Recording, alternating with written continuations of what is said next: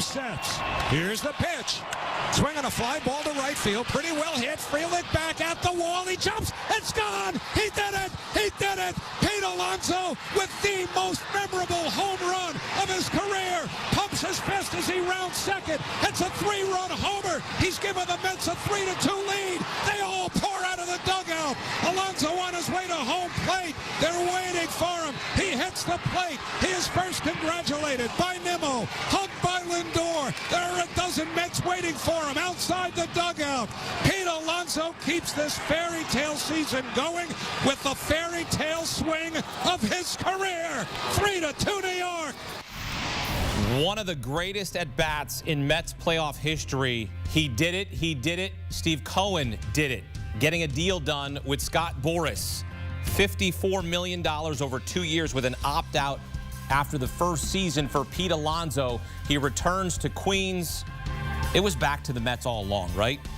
Let me remind you, in 2023, the Mets offered Alonso a 7-year, $158 million deal. Rejected that offer, switched agents, joining Scott Boras. Mets last offered him a 3-year deal worth $70 million in present-day value. Alonso rejected that deal. The Mets publicly walked away. Shortly after, Steve Cohen, the Mets owner, called the negotiations exhausting. But this week, the two sides re-engaged in talks, and now Pete Alonso is back in Queens with the New York Mets. Get some instant reaction. Welcome in CBS Sports MLB writer Matt Snyder. Matt, this felt like this was going to get done, even when Steve Cohen said the negotiations were exhausting, even when they publicly walked away. This felt like this was going to happen. It was just a matter of time.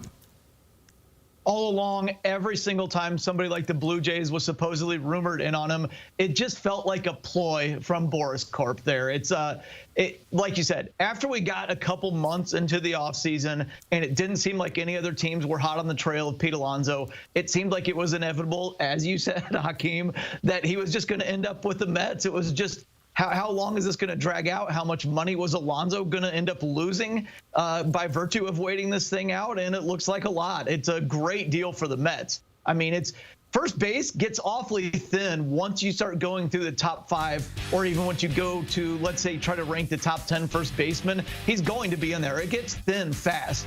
By no means is he even close to the type of game changer that Juan Soto is. But hey, the Mets already have Juan Soto now. Now they get Alonso to come back. And what I thought all along was the Juan Soto deal before the Mets brought Alonso back looked really, really good because it looked like they were replacing Alonso with Soto. And that is a huge upgrade, a huge upgrade. But I kept thinking, wouldn't it be better for the Mets if they just added Juan Soto instead of replaced Pete Alonso with him? Now they have Alonso back, so really they did just add Juan Soto to that lineup. That's a very, very big offseason. And Matt, this was necessary because you needed protection for Juan Soto. You promised protection for Juan Soto, and now you have delivered on that by bringing back Pete. Now, you heard Steve Cohen publicly say that the negotiations were exhausting. I mean, he got Scott Boras to re-engage in talks, or vice versa, whoever picked up the phone first or whatever went down between the two of them. But you get this massive deal, the record $765 million, which could be even worth more in the years to come. And it's like, well, give me a discount on my other guy that I want to come back. And there's all this back and forth. And you know how Scott Boras works. He always overpromises for his clients and says, hey, I'm going to get you more money. I'm going to get you more money.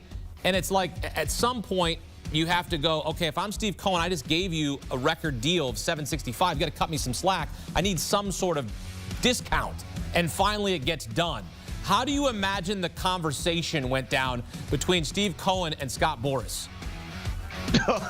I mean, I have no idea. I've never been even close to being involved at that high level. But I do think this. I'm going to tell you how it went down. All right, Matt? I'm going to tell you how it went down. Hey, Scott, we just gave you a huge deal. Cut us a break here. We want Pete. Nobody wants Pete except us.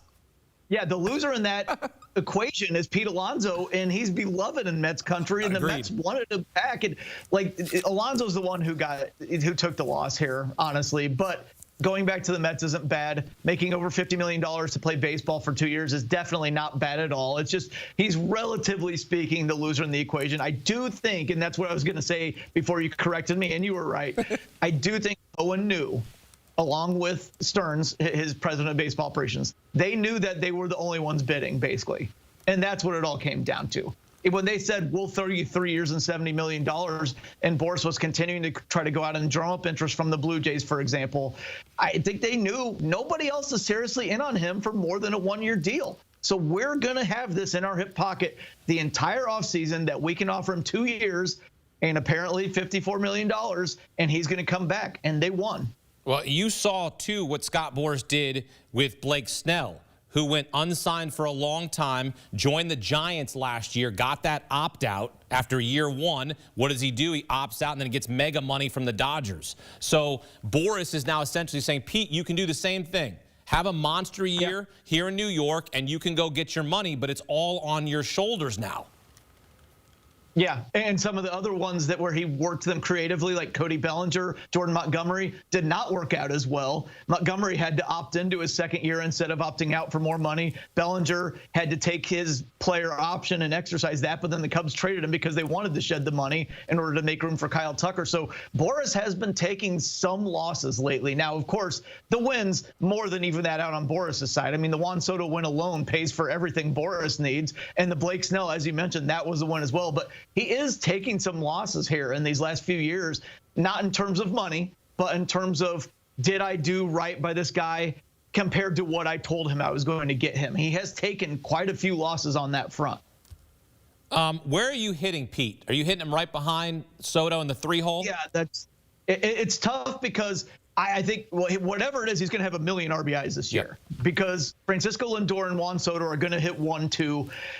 There's an argument to be made for Vientos to hit 3 and Alonso 4, but then you've got Nimmo and Winker, 2 lefties, so they might want to split the lefties up. If they want to hit Vientos 3rd, then it looks like Alonso's in the 5-hole with Nimmo 4th, which is perfectly fine. That's a very cushy lineup spot for Nimmo, by the way, with Alonso behind him and all those on-base guys in front of him. Regardless, I think this is a move that the Mets needed to make, though, because that lineup does get pretty unreliable and inconsistent pretty quick.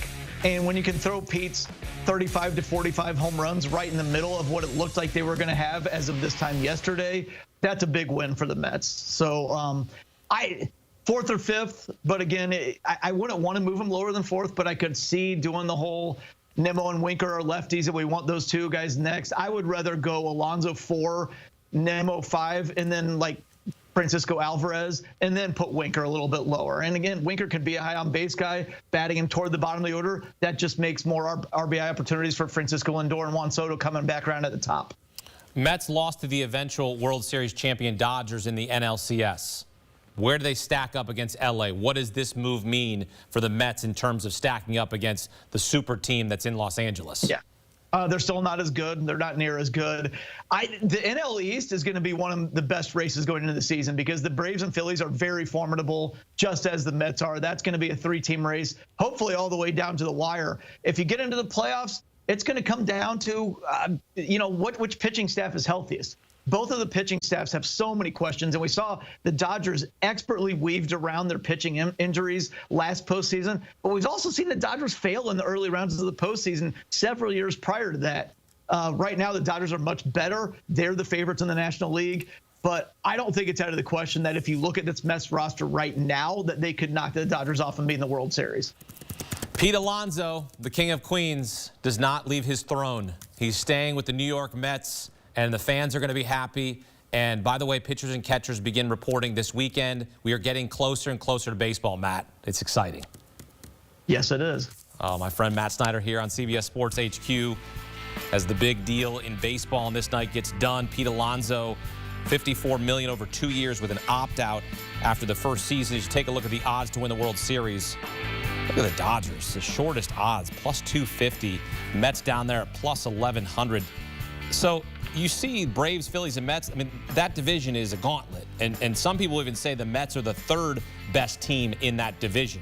You can make an argument. You can also make an argument they're the best team in the division. You go back and forth. That's why we love sports. You can debate back and forth. There's no debating this. Alonso has 226 home runs over 6 seasons in New York, 27 away from passing Darryl Strawberry for the Mets' all-time home run record.